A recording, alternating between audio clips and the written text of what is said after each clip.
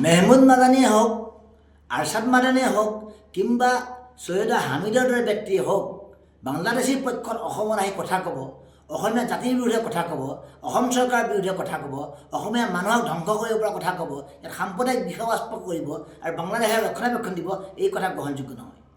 এনেধৰণৰ মানুহবিলাকক অসমত খুব নিষিদ্ধ ঘোষণা কৰিব লাগে আৰু অসমলৈ অহা তেওঁলোকৰ প্ৰৱেশটো বন্ধ কৰি দিব লাগে। অনুসূচিত যুৱস্ত পৰিষদে এনেধৰণৰ মানুহবিলাকক কোনো কাৰণে গ্ৰহণ নকৰে।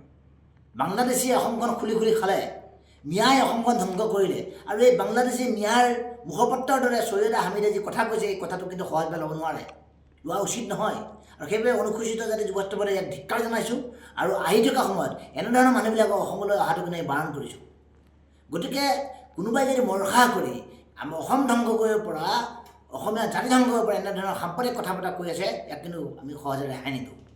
গতিকে যিসকল অসমৰ বুদ্ধিজীৱী নামধাৰী, নাগৰিক নামধাৰী ব্যক্তিয়ে এনেধৰণৰ মানুহবিলাকক অসমলৈ মাতি আনিছে, মাতি আনি বাংলাদেশীৰ পক্ষত কথা কৈছে, এওঁলোকো কিন্তু সোধাই আহিব নালাগে।